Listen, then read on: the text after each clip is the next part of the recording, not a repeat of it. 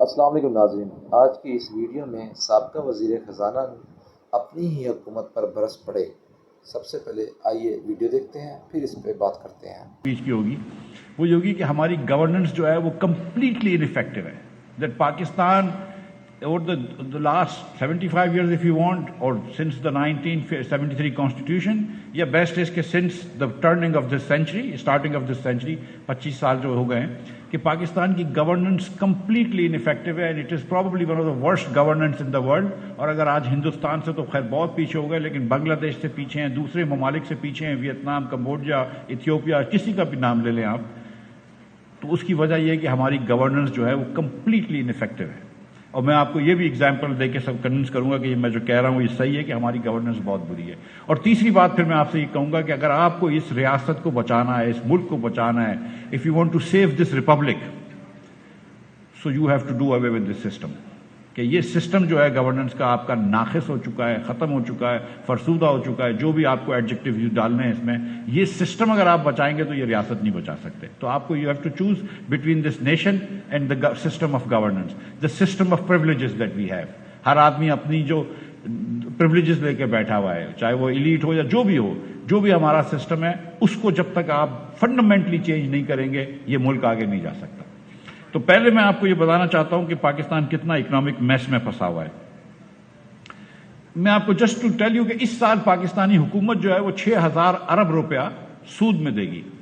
6,000 ارب روپیہ سود میں دے گی، جس کو ہم 21 بلین ڈالر سود میں دینے ہیں. یہ پاکستانی روپوں میں تقریباً سود میں دینا ہے، اس میں سے 19 ارب ڈالر اور 2 ارب ڈالر سود میں ہم کو دینا ہے US ڈالرز میں.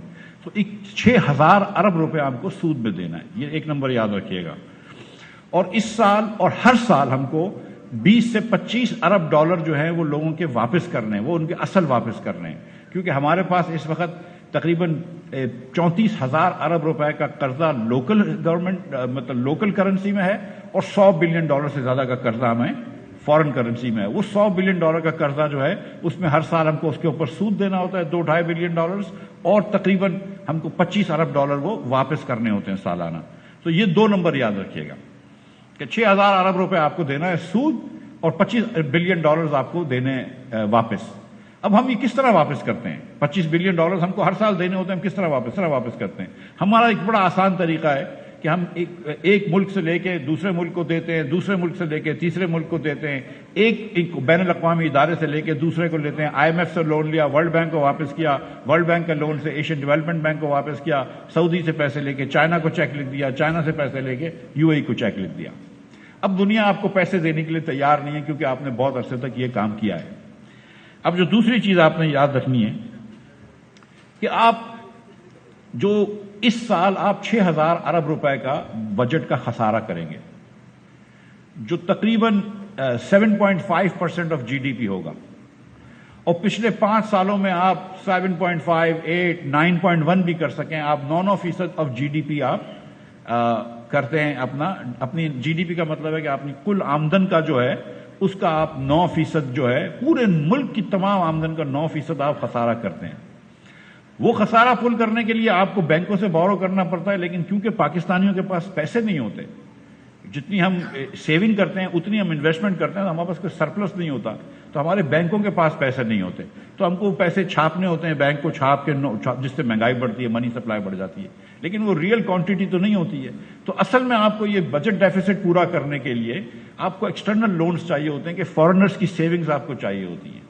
تو جب آپ پاور پلانٹ لگاتے ہیں، چین آپ کو پاور پلانٹ لگا کے ہے اور قرض پہ دے رہا ہے، تو وہ چین کے لوگوں کی جو سیونگز ہے وہ پاکستان میں آ کے انویسٹ کر رہا ہے چائنیز، اور پھر آپ اس کو نفع دیتے رہیں گے.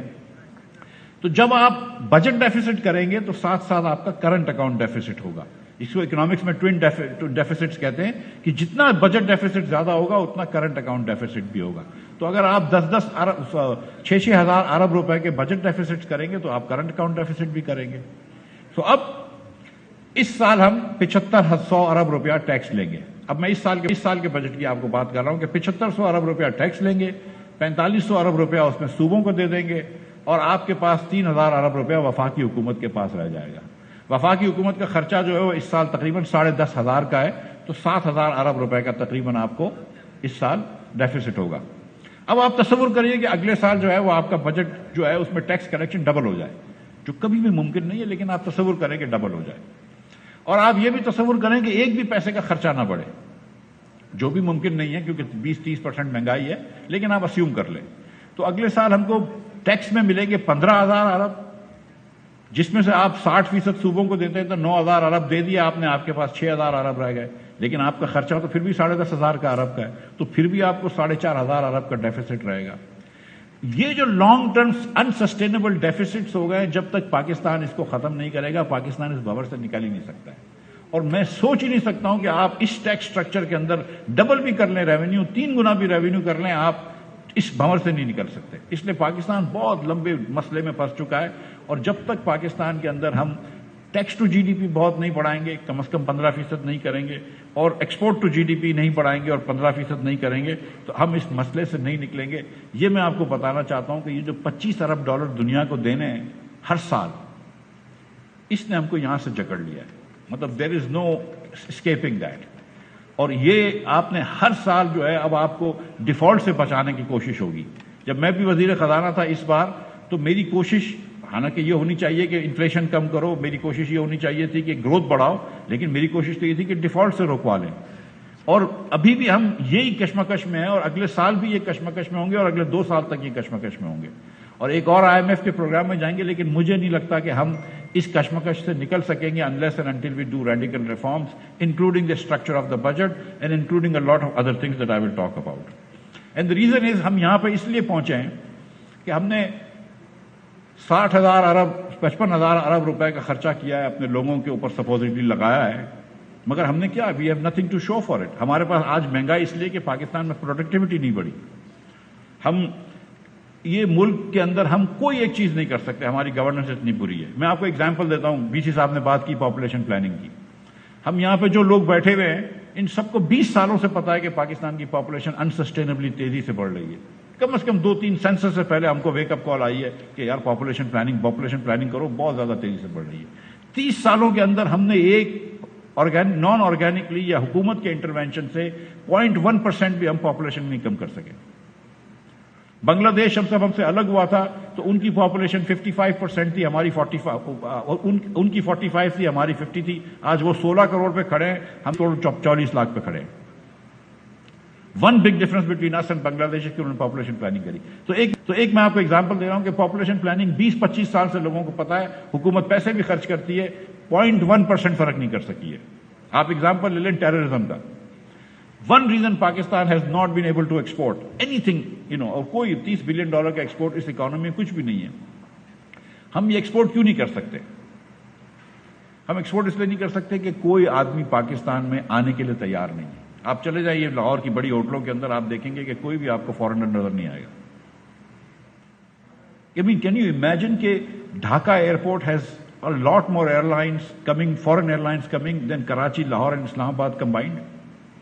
کون سی فورن ایئر لائن ادھر آتی ہے؟ کون سے فورنرز ادھر آتے ہیں؟ کوئی ایکسپورٹر مجھے بتا دے، یہ بیٹھے ہوئے ہیں یہاں پہ کھوکر صاحب، کہ کتنی مرتبہ ان کے بائرز آتے ہیں امریکہ سے یا یورپ سے پاکستان آنے کے لیے؟ وہ کہیں گے دبئی آ جاؤ، وہ کہیں گے بینکاک آ جاؤ، ہم پاکستان نہیں آئیں گے۔ ایک پاکستان میں $1 انویسٹمنٹ نہیں آتا، فورن انویسٹمنٹ جو ایکسپورٹ کے لیے ہو۔ پاکستان میں کون سا فورن انویسٹمنٹ آتا ہے؟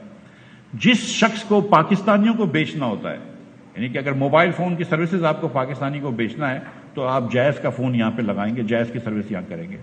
اگر آپ کو گاڑی بیچنی ہے، ٹوئٹا گاڑی بیچنی ہے، تو آپ ٹوئٹا کی فیکٹری ادھر کھولیں گے پاکستانیوں کو بیچنے کے لیے۔ لیکن جو ویتنام میں ایکسپورٹ آتا ہے کہ وہ ویتنام سے بنا کے دنیا میں بیچتے ہیں، وہ ایکسپورٹ نہیں آتا۔ صرف سیمسنگ کا ایکسپورٹ ویتنام سے موبائل فون کا $68 بلین کا ہے، اور یہ پاکستان اور ویتنام کا 92 میں ایکسپورٹ برابر تھا، آج ان کا 300 بلین کا ایکسپورٹ ہے، ہمارا 30 بلین کا ہے۔ شیورلی ہمارے جو انٹرپرینورز ہیں اتنے تو کچے نہیں ہیں، اتنے تو ویک نہیں ہیں، یہ گورنمنٹ پالیسیز ہیں۔ ایک پیسے کا ایکسپورٹ نہیں بڑھا سکے بلکہ کم کیا ہے۔ 1999 میں ہم 0.18% ایکسپورٹ کرتے تھے، 1999 میں 0.18% دنیا کا ایکسپورٹ کرتے تھے، آج 0.12% کر رہے ہیں۔ 2008 میں ہم 2002 میں ہم 16% ہماری export to G D P تھی، کہ ہماری جی ڈی پی کا ہم 16% ایکسپورٹ کرتے تھے، آج ہم 8.8% یا 9% کرتے ہیں. ہم نے ایکسپورٹ کم کیا ہے. اور حکومت ہر سال آپ کو یہ کہتی ہے, ہر حکومت, یہ وزیر اعظم سابق بیٹھے ہوئے, ہر حکومت یہ کہتی ہے, سب ٹرائی کرتے ہیں کہ ایکسپورٹ بڑھا ہے, ایکسپورٹ ہم کم کرتے ہیں. تو یہ ہماری زیرو ہے. ایک پیسے کا ہم FDI نہیں لا سکتے.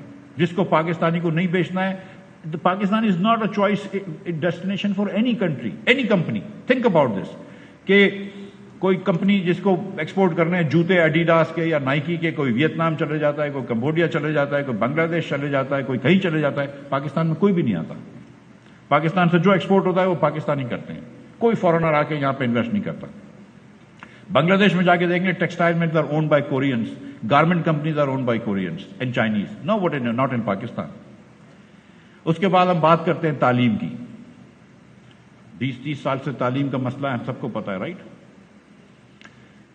پاکستان کے اندر ایوریج بچہ حکومت کی اسکول میں پڑھنے والا میتھ میں بھی فیل ہوتا ہے اور سائنس میں بھی فیل ہوتا ہے. He fails both in math and science. Math میں 27 نمبر ہیں اور سائنس میں 31 نمبر ہیں. پاکستان کے اندر 35,000 مدارس ہیں, شاید پتہ نہیں ہے کہ حکومت 10-20 سالوں سے کوشش کر رہی ہے کہ ان کو رجسٹر کرائیں. آپ 12,000 رجسٹر ہوئے ہیں. 35,000 میں سے صرف 12,000 رجسٹر ہوئے ہیں. ہم رجسٹر نہیں کر کو نصاب تو کر ہی نہیں سکیں گے کہ کیا پڑھا رہے ہیں کیا نہیں پڑھا رہے. حکومت کی اسکولیں آپ دیکھ لیجئے. میں نے ایک تجویز دی تھی کہ ایک واؤچرز دے دیں پیرنٹس کو. حکومت خرچ کرتی ہے پنجاب میں 31,000 روپیہ یا 32,000 روپیہ سال کا فر اسٹوڈنٹ کے اوپر. KP اور سندھ میں وہ 40,000 روپے خرچ کرتے ہیں without any better results, worse results in fact.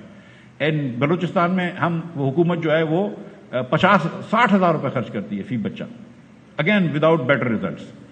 تو میں یہ کہتا ہوں کہ جب بچے کے اوپر آپ 5,000 روپیہ خرچ کر رہے ہیں مہینے کا, اس بچے کے پیرنٹس کو واؤچر دے دیں کہ یار تم کسی پرائیویٹ اسکول میں ڈال دو, اگر تم کو ڈالنا ہے ہم 5,000 روپے تم کو دے دیں گے. اور نہیں تو پبلک اسکول میں پڑھتے رہو, بسم اللہ.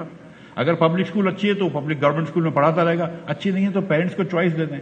اس پہ بڑا مجھے پش بیک آیا ہے, اور انگریزی کالمسٹ میں لوگوں نے کالم میں لکھا ہے میرے خلاف, جو خود لوگ اچھی اسکولوں میں گئے, میں نام نہیں لیتا ہوں.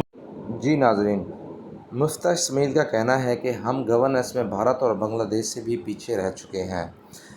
اس سال پاکستان حکومت نے 6,000 ارب صرف سود کی مد میں واپس کرنا ہے. اور ساتھ ہی ساتھ انہوں نے یہ بتایا کہ ہم قرضہ واپس کس طرح کرتے ہیں. ہم ایک ملک سے لے کر دوسرے ملک کو قرضہ دیتے ہیں, یعنی سعودی عرب سے لے کر چین کو دیتے ہیں, چین سے لے کر ہم UAE کو دیتے ہیں, UAE سے لے کر ہم IMF کو دیتے ہیں, اور IMF سے لے کر ہم ورلڈ بینک کو دیتے ہیں.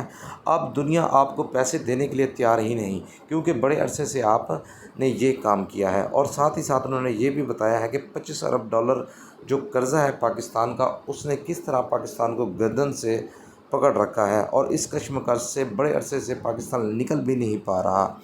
اور ساتھ ہی ساتھ انہوں نے یہ بتایا ہے کہ ہماری گورننس اتنی بری ہے کہ ہم کچھ کر بھی نہیں سکتے. کوئی فارنر پاکستان میں آنے کے لیے تیار ہی نہیں, کوئی کمپنی پاکستان میں آنے کے لیے تیار ہی نہیں, کیونکہ آپ کی گورننس ہی بہت بری ہے. اور ساتھ ہی ساتھ مفتاح اسماعیل نے یہ بتایا ہے کہ پاکستان کی جو اس ٹائم ایکسپورٹ ہے وہ 0% ہے. جی ناظرین, آپ مفتاح اسماعیل کی ان باتوں پہ کتنا اتفاق کرتے ہیں کمنٹ میں لازمی بتائیے گا. تب تک کے لیے ملتے ہیں اگلی ویڈیو میں. اللہ حافظ.